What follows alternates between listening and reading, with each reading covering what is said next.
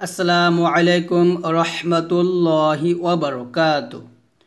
তো আজকের এই ভিডিওতে আমরা 5 ওয়াক্ত নামাজের পরের তাসবিহ সমূহ সহি শুদ্ধ করে অর্থ সহকারে শিখব। অর্থাৎ 5 ওয়াক্তে নামাজের পর আমরা কোন তাসবিহগুলা পড়ব বা কোন তাসবিহগুলা পড়তে হয়, এই তাসবিহগুলা আমরা আজকের এই ভিডিওতে সহি শুদ্ধ করে অর্থ সহকারে শিখব। তো অবশ্যই এই ভিডিওটি সম্পূর্ণ দেখবেন, একটু টানবেন না। তো দেখুন এখানে লেখা আছে, নিম্নোক্ত তাসবিহ সমূহ ওয়াক্তে নামাজের পরে 100 বার করিয়া পাঠ করিলে দুনিয়া ও আখিরাতের অশেষ মঙ্গল সাধিত হইবে। অর্থাৎ আমি যে তাসবিহগুলো আজকের এই ভিডিওতে আমি শিখাবো আপনাদের, এই তাসবিহগুলো যদি আপনারা প্রত্যেক নামাজের পর মানে ওয়াক্তের নামাজের পরে 100 বার করিয়া পাঠ করেন, তাহলে দুনিয়া ও আখিরাতের অশেষ মঙ্গল সাধিত হইবে। প্রথমে লেখা আছে ফজরের তাসবিহ, অর্থাৎ ফজরের নামাজের পর আপনারা হুয়াল হাইয়ুল কাইয়্যুম, হুয়াল হাইয়ুল কাইয়্যুম, আবার বলেন আমার সাথে, হুয়াল হাইয়ুল কাইয়্যুম। এই তাসবিহটা আপনারা 100 বার পড়বেন। আর এই তাসবিহর অর্থ হচ্ছে তিনি আল্লাহ, জীবিত ও চিরস্থায়ী। আমার সাথে আবার বলেন, হুয়াল হাইয়ুল কাইয়্যুম, আবার হুয়াল হাইয়ুল কাইয়্যুম। তারপর জোহরের তাসবিহ, অর্থাৎ জোহরের নামাজের পরে আপনারা হুয়াল আলিয়্যুল আযীম, হুয়াল আলিয়্যুল আযীম। এই তাসবিহটা 100 বার পড়বেন। আমার সাথে বলেন, হুয়াল আলিয়্যুল আযীম, আবার বলেন হুয়াল আলিয়্যুল, এভাবে হুয়াল আলিয়্যুল আযীম, আবার বলেন হুয়াল আলিয়্যুল আযীম। তো এই তাসবিহর অর্থ হচ্ছে তিনি আল্লাহ, বিরাট ও মহান। তারপর আসরের তাসবিহ, অর্থাৎ আসরের নামাজের পর আপনারা এই তাসবিহটা 100 বার পড়বেন। আমার সাথে পড়েন, হুয়ার রহমানুর রহিম, হুয়ার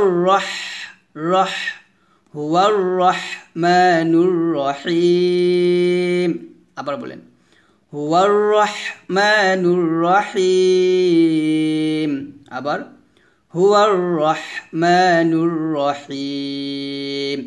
তো এই তাসবিহর অর্থ হচ্ছে তিনি আল্লাহ, দয়াময় ও করুণাময়।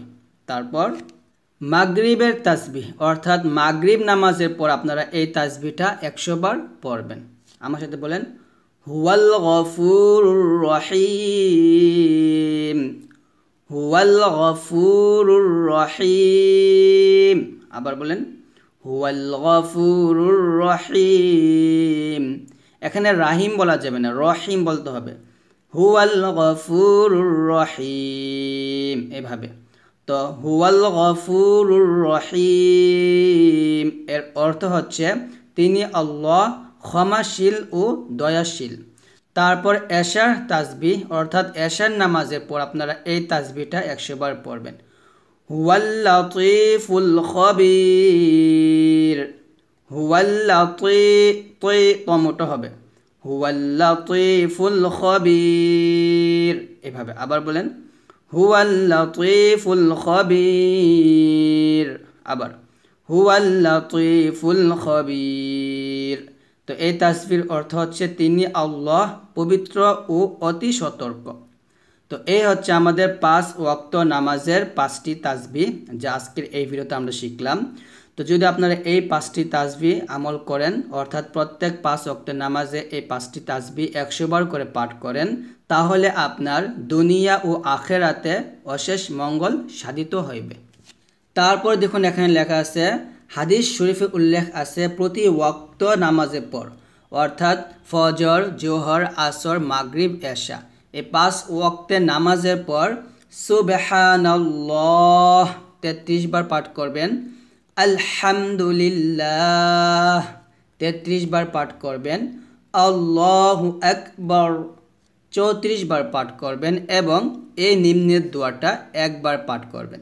তাহলে আপনার যে ফজিলত হবে সেটা হচ্ছে সমুদ্রের ফেনা রাশির পরিমাণ গুণা হইলেও সমস্ত মার্জনা পাইবে। অর্থাৎ আপনি যদি সমুদ্রের ফেনার পরিমাণ গুণা করে ফেলেন তাহলে আপনার গুণা আল্লাহ তাআলা মাফ করে দিবে।